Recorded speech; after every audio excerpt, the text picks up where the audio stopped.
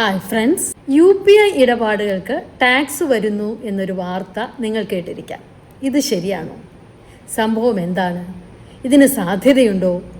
എല്ലാം ഈ വീഡിയോയിൽ വിശദമാക്കുന്നു. നമ്മളെല്ലാവരും തന്നെ എല്ലാ ദിവസവും UPI ഉപയോഗിക്കുന്നുവെന്ന് പറയാം. കടയിൽ പോയി ചായ വാങ്ങുന്നു, 10 രൂപ ഗൂഗിൾ പേ ചെയ്യുന്നു. സോപ്പ് വാങ്ങുന്നു, 20 രൂപ ഗൂഗിൾ പേ ചെയ്യുന്നു. എത്ര ഈസി ആയിട്ടാണ് നമ്മൾ പേ ചെയ്യുന്നത്. നമ്മൾ 20 രൂപ അയക്കുന്നു, കടക്കാരന് 20 രൂപ തന്നെ കിട്ടുന്നു, ഒട്ടും കുറവില്ല. അതേസമയം നമ്മൾ ക്രെഡിറ്റ് കാർഡോ ഡെബിറ്റ് കാർഡോ ഉപയോഗിക്കുകയാണെങ്കിൽ കച്ചവടക്കാരൻ പറയും അയാളുടെ കയ്യിൽ നിന്ന് 2% അല്ലെങ്കിൽ 1% കട്ടാകുന്നു. ഇതൊരു റിയാലിറ്റിയാണ്. പക്ഷേ UPI ഉപയോഗിച്ചാൽ ഈ പണം ഒട്ടും കുറയുന്നില്ല. നമ്മൾ 20,000 or 30,000 അയക്കുന്നു, കച്ചവടക്കാരന് അത്രയും തന്നെ അയാൾക്ക് ലഭിക്കുന്നു. 1 രൂപ പോലും കുറയുന്നില്ല. അതായത് ഈ ഇടപാടുകളെല്ലാം വളരെ ഫ്രീ ആയിട്ടാണ് ഇപ്പോൾ നമ്മൾ നടത്തുന്നത്. പക്ഷേ ഇനി അങ്ങോട്ട് അങ്ങനെ ആകണമെന്നില്ല. പക്ഷെ ഒന്ന് ചിന്തിച്ചു നോക്കൂ, ഇതെല്ലാം ആക്ച്വലി നോ കോസ്റ്റ് ആയിട്ടാണോ നടക്കുന്നത്? തീർച്ചയായും അല്ല. വളരെയധികം ഇൻഫ്രാസ്ട്രക്ചർ, അതായത് നിർവഹണ ചെലവ് ആവശ്യമായ, അതായത് അടിസ്ഥാന സൗകര്യങ്ങൾ വേണ്ട ഒരു പ്രൊസീജിയറാണ് ഇവിടെ നടക്കുന്നത്. ആക്ച്വലി നല്ല ചെലവ് വരുന്ന ഒരു പ്രക്രിയയാണിത്. വലിയൊരു മാസീവ് സിസ്റ്റം തന്നെ ഇതിന്റെ പുറകിലുണ്ട്. എങ്ങനെയാണ് ഇത് പ്രവർത്തിക്കുന്നത് എന്ന് നമുക്കൊന്ന് നോക്കാം. ബാങ്ക് ഇൻവോൾവ് ആണ്. നമ്മൾ ഒരു റിക്വസ്റ്റ് അയക്കുന്നു, നമുക്ക് 20,000 രൂപ അയക്കണം. നമ്മുടെ ബാങ്കിൽ മെസ്സേജ് ചെല്ലുന്നു, അവരത് വെരിഫൈ ചെയ്യുന്നു, എന്നിട്ട് അത് അക്സെപ്റ്റ് ചെയ്യുന്നു. നമ്മുടെ ബാങ്കിൽ നിന്ന് പൈസ ഡെബിറ്റ് ആകുന്നു. മറ്റൊരു ബാങ്കിൽ മറ്റൊരാളുടെ അക്കൗണ്ടിൽ ക്രെഡിറ്റ് ആകും. നമുക്ക് SMS വരുന്നു, റിസീവ് ചെയ്യുന്ന ആൾക്കും SMS വരുന്നു. ബാങ്ക് ഫ്രീ ആയിട്ട് SMS അയക്കുമോ? ഫ്രീ ആയി ഇതെല്ലാം ചെയ്യാൻ പറ്റുമോ? ഒരിക്കലുമില്ല. ഒന്നും ഫ്രീ അല്ല.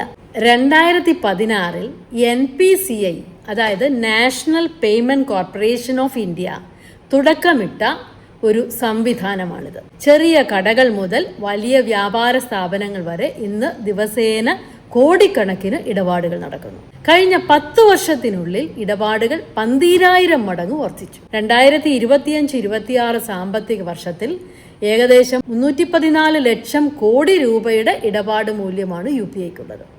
അതായത് 4,000 മടങ്ങ് മൂല്യം വർദ്ധിച്ചിരിക്കുന്നു. UPI നേടിയെടുത്ത അഭൂതപൂർവമായ വളർച്ച ലോകരാഷ്ട്രങ്ങൾക്കിടയിൽ ഇന്ത്യയുടെ അഭിമാനം വളരെയധികം ഉയർത്തിയിട്ടുണ്ട്, സംശയമില്ല. കോടിക്കണക്കിന് രൂപയുടെ ഇടപാടുകൾ നടക്കുമ്പോൾ ബാങ്കുകൾ ഇൻവോൾവ് ആണ്, NPCI ഇൻവോൾവ് ആണ്, ഗൂഗിൾ പേ, പേടിഎം, ഫോൺ പേ എന്നീ ആപ്പുകൾ ഇൻവോൾവ് ആണ്, SMS അറിയിപ്പുകൾ വരുന്നു. ഇതോടൊപ്പം സൈബർ സുരക്ഷയും വേണം. അത് വളരെ പ്രധാനപ്പെട്ടതാണ്. ഭീമൻ സെർവറുകൾ വേണം. അതായത് ബാങ്ക് സെർവറുകൾ, SMS അറിയിപ്പുകൾ, പേയ്മെന്റ് ആപ്പുകൾ, സൈബർ സുരക്ഷ എന്നിവ നിലനിർത്താൻ വളരെ ഉയർന്ന നിർവഹണ ചെലവ് വേണ്ടിവരും. ഇതിനായി സർക്കാർ വൻ തുക സബ്സിഡിയായി നൽകുന്നുണ്ട് എന്നതാണ് വസ്തുത. ഇങ്ങനെ നൽകുന്നുണ്ട് എങ്കിലും ഉപഭോക്താക്കളുടെ എണ്ണം വളരെയധികം കൂടിയപ്പോൾ ഇത് താങ്ങുക വളരെ പ്രയാസകരമാണ്. കഴിഞ്ഞ ഫൈനാൻഷ്യൽ ഇയറിൽ 2,196 കോടി രൂപയാണ് UPIക്ക് വേണ്ടി സബ്സിഡിയായി കേന്ദ്ര സർക്കാർ നൽകിയത്. ഈ ചെലവുകൾ ഇനിയും കൂടിക്കൂടി വരും. വസ്തുതയല്ലേ? ഈ സാഹചര്യത്തിൽ ഓഗസ്റ്റ് 6, 2026 കേന്ദ്ര സർക്കാർ അവതരിപ്പിച്ച ടാക്സേഷൻ ആൻഡ് അതർ ലോസ് അമെൻമെന്റ് ബിൽ വഴി പേയ്മെന്റ് ആൻഡ് സെറ്റിൽമെന്റ് സിസ്റ്റംസ് ആക്ടിൽ മാറ്റങ്ങൾ വരുത്തി മർച്ചന്റ്സ് ഡിസ്കൗണ്ട് റേറ്റ്, അതായത് MDR നിയന്ത്രിക്കാനുള്ള അധികാരം സർക്കാരിന് ലഭ്യമാക്കി. നിലവിൽ സൗജന്യമായി തുടരുമെങ്കിലും ഭാവിയിൽ 2,000 രൂപയുടെ മുകളിലുള്ള ഇടപാടുകൾക്ക് MDR ചാർജുകൾ ഈടാക്കുക എന്ന ഉദ്ദേശത്തിന് വഴിയൊരുക്കുകയാണ് സർക്കാർ ചെയ്തിരിക്കുന്നത്. പക്ഷേ സാധാരണ ജനങ്ങൾക്ക് ആകില്ല ഈ ചാർജ് വരിക. ഇപ്പോൾ ഡെബിറ്റ് ക്രെഡിറ്റ് കാർഡുകൾക്കുള്ളതുപോലെ വ്യാപാരികൾക്കായിരിക്കും ചാർജ് വരിക. എത്രയെന്ന് സർക്കാർ നിശ്ചയിച്ചിട്ടില്ല, പക്ഷേ ഭാവിയിൽ വരാൻ എല്ലാ സാധ്യതയും ഉണ്ട്. അതുപോലെ തന്നെ ഇന്റർനെറ്റിന് 1 രൂപ per 1 GB എക്സ്ട്രാ ടാക്സ് ഏർപ്പെടുത്താനും ഗവൺമെന്റ് ആലോചിച്ചു വരുന്നു. അതും UPIയിൽ ഇൻഫ്ലുവൻസ് ചെലുത്തിയേക്കാം. അതുപോലെ തന്നെ വിസ, മാസ്റ്റർ കാർഡ് പോലുള്ള US കമ്പനികൾക്ക് UPI വന്നതോടെ വലിയ നഷ്ടമുണ്ടായി എന്നത് വാസ്തവമാണ്. US താരിഫ് സമ്മർദ്ദങ്ങൾ കുറയ്ക്കുക എന്നൊരു ലക്ഷ്യവും ഗവൺമെൻറ്റിനുണ്ട് എന്നൊരു അഭിപ്രായവും എനിക്കുണ്ട്. നിങ്ങൾക്ക് എന്തു തോന്നുന്നു? നിങ്ങളുടെ അഭിപ്രായങ്ങൾ കമൻറ്റ് ചെയ്യുക. ചുരുക്കത്തിൽ, സാധാരണ ഉപഭോക്താക്കൾ ദിവസേന നടത്തുന്ന ചെറിയ UPI ഇടപാടുകൾക്ക് ഉടൻ തന്നെ നികുതിയോ നിരക്കുകളോ നൽകേണ്ടി വരില്ല.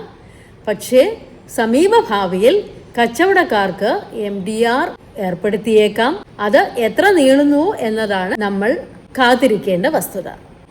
പുതിയ നാഷണൽ ആൻഡ് ഇന്റർനാഷണൽ റൂൾ അപ്ഡേറ്റ്സിനായി RVG Insights സബ്സ്ക്രൈബ് ചെയ്യുമല്ലോ.